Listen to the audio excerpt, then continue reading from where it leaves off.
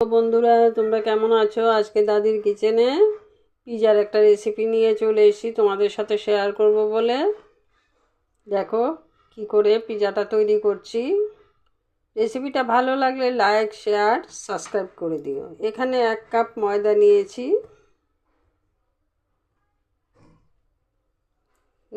টক দই,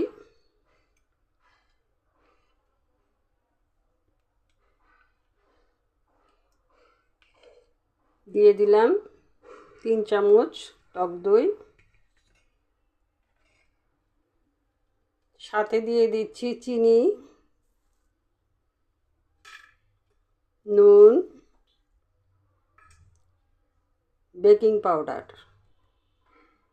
দিয়ে আমি একটু ভালো করে মেখে নেব। মাখার সময় এটার মধ্যে 1 চামচ সাদা তেল নিয়েছি, তেলটা দিয়ে দিচ্ছি। এটার মধ্যে আমি জল ব্যবহার করব না, জল ছাড়াই মেখে নেব। যদি জলের প্রয়োজন হয় তোমরা একটু দই দিয়ে নিতে পারো, তা আমার এখানে কিছুই লাগবে না। ডোটা আমার মাখানো হয়ে গেছে, এখন আমি কিছুক্ষণের জন্য ঢেকে রাখবো। 10-15 মিনিট ঢেকে রাখলেই ডোটা আমার একদম পারফেক্ট হয়ে যাবে। আমি এখন ঢেকে রাখছি। করার জন্য আমি এখানে ক্যাপসিকাম নিয়েছি গাজর নিয়েছি, টমেটো, এখানে কিছু পনির নিয়েছি পেঁয়াজ। 15 মিনিট পর আমি ফিরে এসে ঢাকনাটা তুলে দিচ্ছি। দেখো কতটা ফুলে গেছে ডোটা আর কতটা সফট হয়েছে। এখন আরেকটু ভালো করে আমি এটা মেখে নিচ্ছি।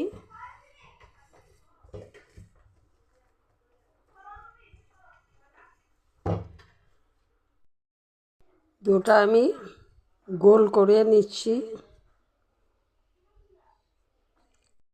বেলাটা আমার হয়ে গেছে, এইটুকু পুরু করে আমি বেলেছি। দেখো এভাবে বেলে নিয়েছি, পুরোটা সমান করে বেলেছি। আমি এখানে একটা সিলভারের প্লেট নিয়ে নিয়েছি, এটার মধ্যে তেল দিয়ে দিচ্ছি। তেলটা মাখিয়ে সিলভারের প্লেটটাতে আমি তেল মাখিয়ে, তোমরা দেখেছো, রুটিটা এখন উঠিয়ে নিয়েছি। এখন আমি কিনার দিয়ে এভাবে করে করে দিচ্ছি।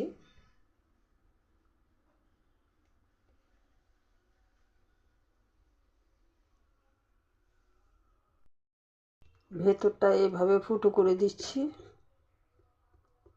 চাকুটা দিয়ে, এভাবে ফুটো করে দিচ্ছি, তাহলে এটা বেশি ফুলবে না,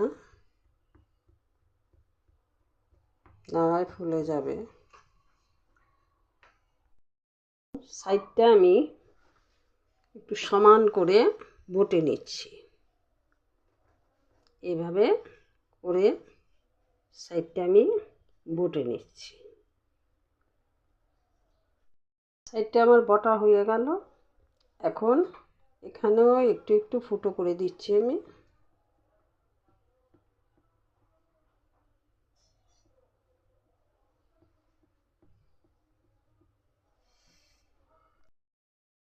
আজকে আমি টমেটো সস দিয়ে এটা করব।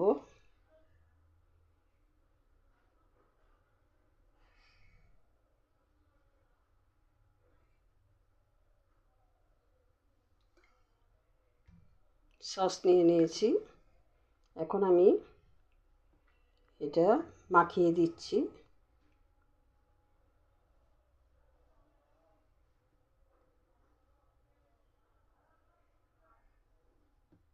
মাখানোটা আমার হয়ে গেছে।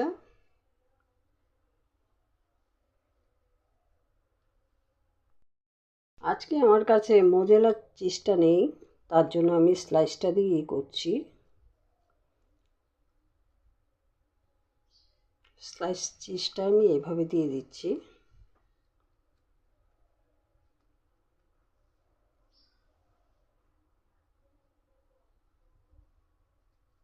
এভাবে করে স্লাইস চিজটা দিয়ে দেব।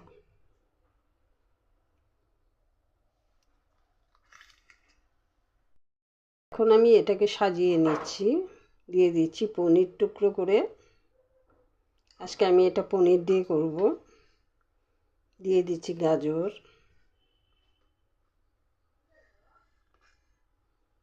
দিয়ে দিচ্ছি টমেটো আর ক্যাপসিকাম।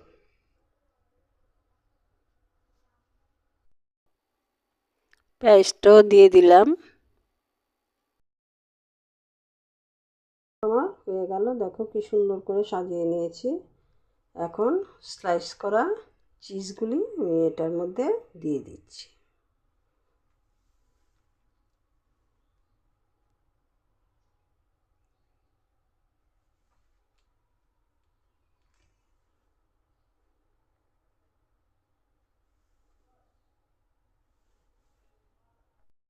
ছোট ছোট টুকরো করে আমি স্লাইস চিজটা এটার মধ্যে দিয়ে দিলাম। এখানে কিছুটা চিলি ফ্লেক্স নিয়েছি, আমি একটু চিলি ফ্লেক্স দিয়ে দিচ্ছি। দিয়ে দিচ্ছি অরিগানো।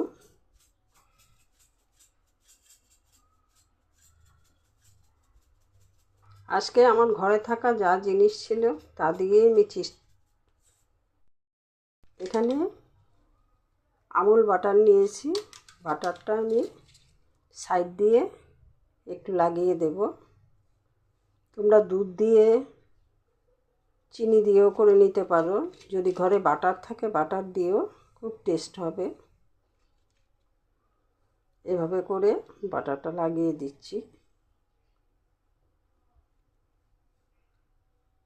তাতে কালারটাও সুন্দর আসবে, খুব টেস্ট হবে খেতে। এখানে কিছুটা বালি আমি গরম করতে দিয়েছিলাম, এটা গরম হয়ে গেছে। এখানে আমি একটা স্ট্যান্ড বসিয়ে দিচ্ছি।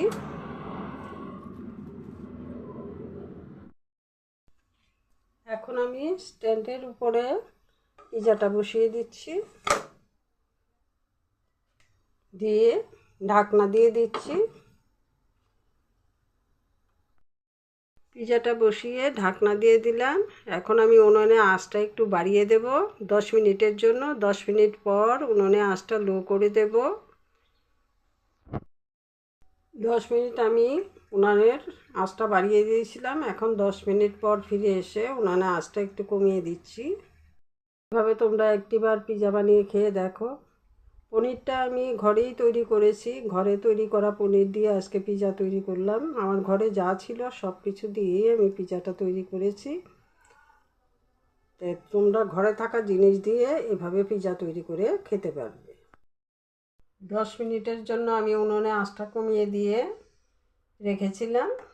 এখন 10 মিনিট পর ফিরে এসে উনুনে আঁচটা নিভিয়ে দিলাম। এখন আমি ঢাকা দিয়ে 5 মিনিট রেখে দেব। মোট আমার 25 মিনিট সময় লেগেছে পিজাটা তৈরি করতে। 5 মিনিটের জন্য আমি ঢাকনার মধ্যে রেখে দিয়েছিলাম। এখন ঢাকনাটা তুলে আমি দেখিয়ে দিচ্ছি পিজাটা কতটা পারফেক্ট হয়েছে। তোমরা দেখো কতটা সুন্দর হয়েছে।